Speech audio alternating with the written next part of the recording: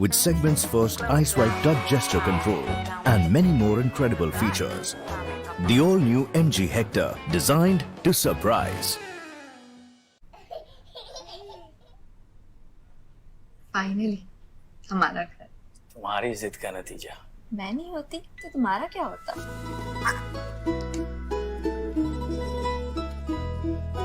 इनकी जिद ने आज इन्हें दिया एक permanent address Tata capital home loans के साथ।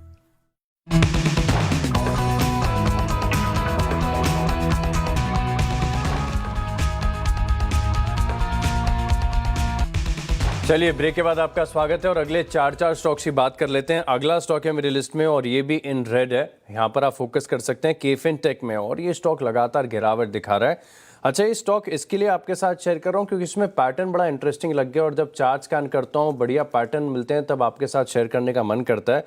और क्लैरिटी के साथ अगर आपको पैटर्न्स देखने हो, क्योंकि कैंडल स्टिक में बहुत ज़्यादा नॉइज़ होती है और इस नॉइज़ को आपको फिल्टर करना है, तो आप रेंको चार्ट्स पर स्विच करके देखिए।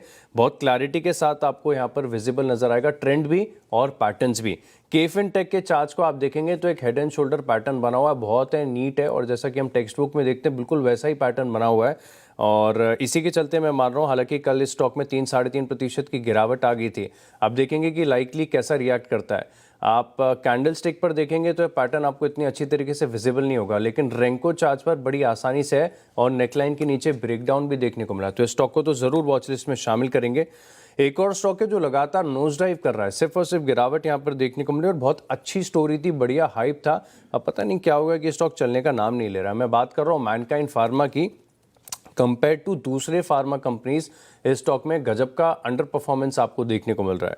अब चार्ट्स पर ब्रेकडाउन है, स्ट्रक्चर बड़ा कमज़ोर हो चुका है, मार्केट का मूड माहौल भी देखें तो थोड़ा सा फ्राजाइल है। कल देखिए 2.5 से 3% की गिरावट यहाँ पर आपको देखने को मिली। अब ये तो इंट्राडे चार्ट है, लेकिन थोड़ा सा 1-1.5-2 साल का अगर लंबी अवधि का चार्ट आपको दिखा पाऊँ तो समझ में आएगा कि इस स्टॉक में कैसे अंडर परफॉर्मेंस आपको देखने को मिल रहा है। देखिए 2 साल का चार्ट है, 2 साल में रिटर्न ही नहीं दिया, पैसे नहीं बने। वहीं तुलना में आप लुपिन का चार्ट देखिए, सिप्ला का चार्ट देखिए, डिसेंट गेन्स यहाँ पर देखने को मिल रहा है। मैनकाइंड फार्मा इस स्टॉक के अंदर वीकनेस साफ नजर आ रही है, इसके चलते स्टॉक को भी रखा है इन रेड। ओके, 2 रिजल्ट्स और एक तो टाटा कैपिटल डिसेंट दिख रहा है।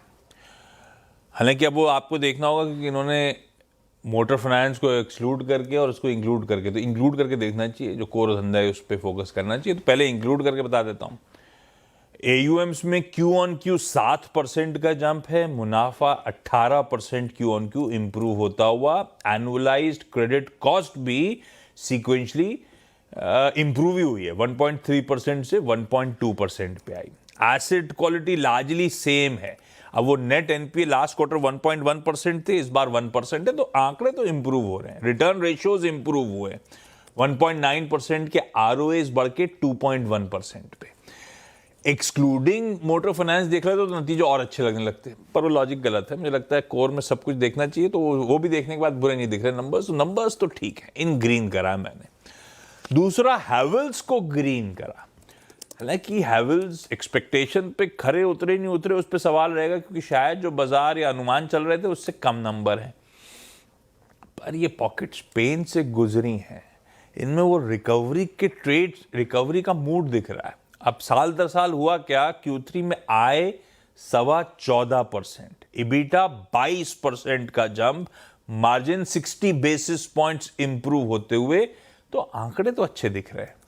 अब ये बात अलग है कि स्ट्रीट बोल रहा था नहीं मार्जिन इतने नहीं बढ़ेंगे, इतने बढ़ेंगे, तो फैक्टर इन कुछ और करा हुआ है, उस लिहाज से शायद अच्छा ना हो, लेकिन अपने आप में डिसेंट है। स्टॉक सारे पिटे हुए हैं, इवन हैवेल्स पिटा हुआ है।